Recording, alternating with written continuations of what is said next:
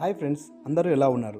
ఈ వీడియోలో మనం భగవద్గీతలో భగవంతుడు శ్రీ కృష్ణ పరమాత్ముడు చెప్పిన కొన్ని మంచి మాటలను తెలుసుకుందాం. ఎవడు భక్తితో నాకు పవిత్రమైనను పుష్పమైనను ఫలమైనను ఉదకమైనను ఫలాపేక్ష రహితముగా సమర్పించుచున్నాడో అట్టి వాణిని నేను ప్రీతితో స్వీకరించుచున్నాను.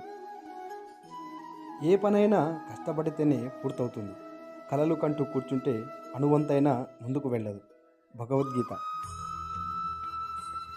ఎవరైతే అన్ని పరిస్థితులలో మమకారం ఆసక్తి లేకుండా ఉంటాడో, సౌభాగ్యానికి హర్షమునొందకుండా మరియు కష్టాలకు కుంగిపోకుండా ఉంటాడో అతను పరిపూర్ణ జ్ఞానంతో ఉన్న ముని. భగవద్గీత అంటే శవాల దగ్గర పెట్టే పాట కాదు, మనం శవంగా మారేలోపు జీవిత పరమార్థాన్ని తెలియజేసే దివ్య జ్ఞానోపదేశం. మనస్సును స్వాధీనపరుచుకున్న వాడికి తన మనస్సే బంధువు. మనస్సును జయించలేని వాడికి మనసే ప్రబల శత్రువులాగా ప్రవర్తిస్తుంది. భగవద్గీత. ప్రయత్నం ఎప్పటికీ వృధా కాదు. వైఫల్యం శాశ్వతంగా ఉండదు. కొన్నిసార్లు చిన్న ప్రయత్నము నీకు ఉన్నత స్థానాన్ని కల్పిస్తుంది. కృష్ణుడు భగవంతుడు కావచ్చు, కానీ యుద్ధం చేసింది మాత్రం అర్జునుడు. మనం నేర్చుకోవాల్సింది ఏమిటంటే, భగవంతుడు దారి మాత్రమే చూపుతాడు, కానీ జీవితంలో పడాల్సింది మాత్రం మనమే. ఒకరు మీకు చెడు చేసినంత మాత్రాన మీరు వారికి చెడు చేయనవసరం లేదు.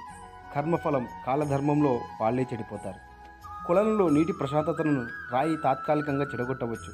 కొద్దిసేపటి తర్వాత నీరు తేరుకొని నిర్మలంగా ఉంటుంది, కానీ రాయి మాత్రం ఎప్పటికీ నీటి అట్టడుగునే ఉండిపోతుంది. ప్రతి ఒక్కరిలో ఏదో ఒక గొప్పతనం ఉంటుంది. మనకు దాన్ని చూసే మనసు ఉండాలి, అభినందించే గుణం ఉండాలి. ఈ జ్ఞానాన్ని కలిగి ఉన్నవాడు అందరికీ సమాన గౌరవాన్ని ఇస్తాడు, సమాన గౌరవాన్ని పొందుతాడు. అతను ఆధ్యాత్మిక అభిలాషి. ఏనుగు, ఆవు, కుక్క వంటి ప్రతి జీవికి గౌరవం ఇవ్వాలనుకుంటాడు. ఇలాంటి మరిన్ని వీడియోస్ కోసం మన ఛానల్ను అందరూ సబ్స్క్రైబ్ చేసుకోండి. అలాగే వీడియో నచ్చితే లైక్ చేయడం మాత్రం మర్చిపోదండి. Thank you for watching.